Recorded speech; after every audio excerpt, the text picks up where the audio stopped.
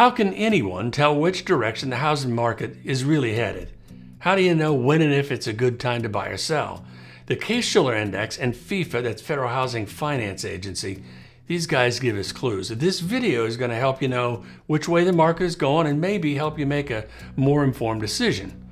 If you're someone who keeps their eye on the housing market, this was a big week because both Case-Shiller and FIFA released their December numbers.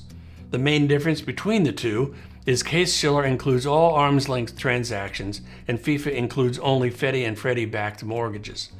The Case-Shiller Index carries a lot of weight because of the way it measures changes in home prices across the country. Case-Shiller Index tracks monthly changes in the value of repeat sales of single-family homes. There's several indices, but the 10-city and the 20-city composites are two that are commonly called on to give a snapshot of the housing market.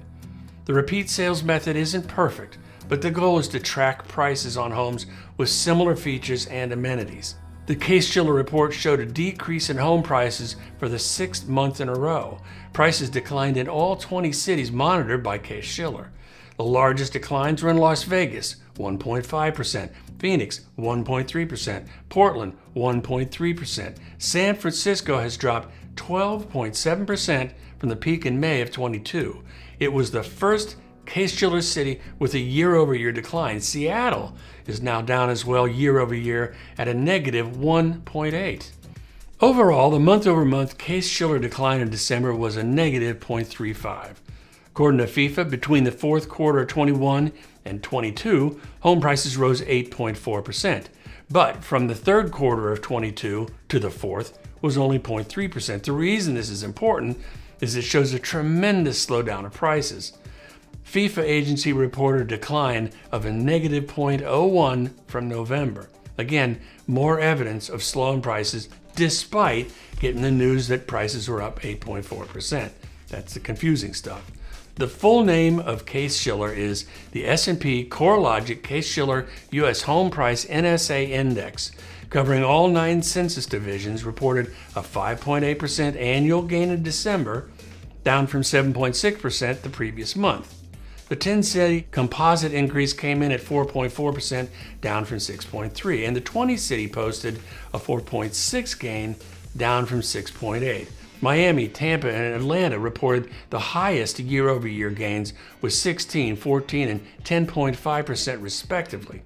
Before seasonally adjusted, all indices showed about a negative 0.9%. After seasonal adjustment, they all showed about a negative 0.4%. The reason seasonal adjustments are important is because it's common, even in the good years, even in the normal years, for a significant decline in the winter. Since June of 22, home prices started cooling and continued through the end of the year, and December marked the 6th month in a row of price declines. Ironically, the national composite for 22 rose 5.8%, just like we were saying a minute ago, the 15th best performance in the index's 35-year history, though well below 21's near 19% number. After setting a blistering pace the last couple of years, now prices fell in all 20 cities in December with a median decline of negative 1.1%. The most curious thing about this market continues to be how home prices continue to fall even though inventory and the month's supply of homes is well below normal, the normal 6-month typical benchmark. In a normal market, low inventory causes home prices to rise because of supply and demand, but not this year. The January home months of supply was unchanged at 2.9 months. The Case-Shiller price increase was less than expected, meaning prices are slowing faster than expected. The punchline of what everybody seems to be waiting on is the idea of home prices dropping in terms of year-over-year measurements.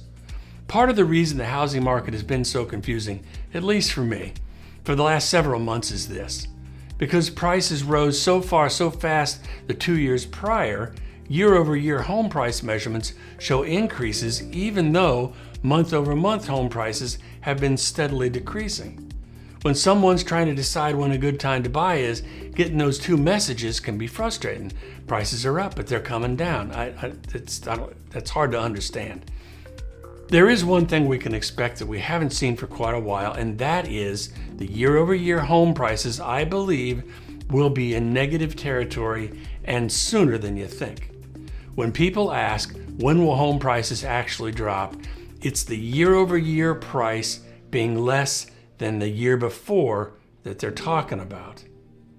That's when prices are actually dropping.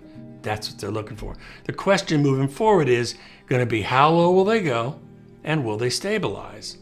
To get a handle on where the market's going, Zillow polled a number of economists to see what they expect, and here's what they found. Home prices are expected to continue to slide this year, but will rebound and enter a steady cycle of growth, averaging 3.5% per year.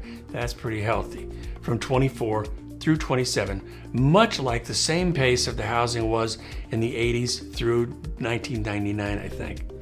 With interest rates still pushing buyers away and the Fed still trying to cool a sticky inflationary season, the pent-up demand of first-time home buyers and people just ready to move will be on full display when rates do cool a bit, and the lack of inventory will create a nearly impenetrable floor on home prices. And you've seen that. People buying, pendings going up, pendings dropping. It doesn't take much.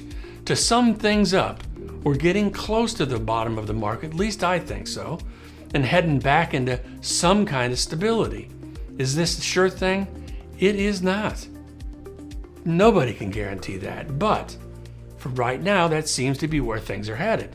Stay tuned. If you like this video, tell a friend. Give it a like to help me spread the word and subscribe so you know when the next one drops. As always, I appreciate you and your time. Thanks for watching. Talk to you soon.